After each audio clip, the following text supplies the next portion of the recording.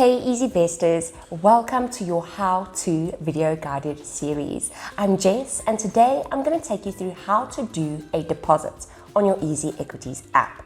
Let's get to it. Alright, when you log into your app, it'll take you to this portfolio page. So in order to do a deposit and start the process, you're going to click the My Funds icon on the bottom right corner. Then you're going to keep the deposits tab highlighted and you get to choose which account you want to deposit into. So for the purposes of this video, we're going to stick to ZAR. Your two deposit methods are EFT or credit card payment. You need to note that you do an EFT on your banking app or your online banking, not through the EasyEquities app. But I'm going to run you through it to show you for an example. You can choose whichever bank you bank with so that it's quicker for same bank to same bank. For example, I bank with NetBank. I'm going to use NetBank details on this deposits page.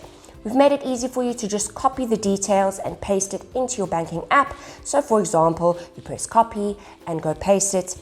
And then very important for this EFT reference. Yours will differ on your deposit page and it differs for each account. Make sure you use your correct EFT reference for the system to automatically allocate the funds into your account. So I'm going to show you how to do a credit card deposit today. You enter your amount.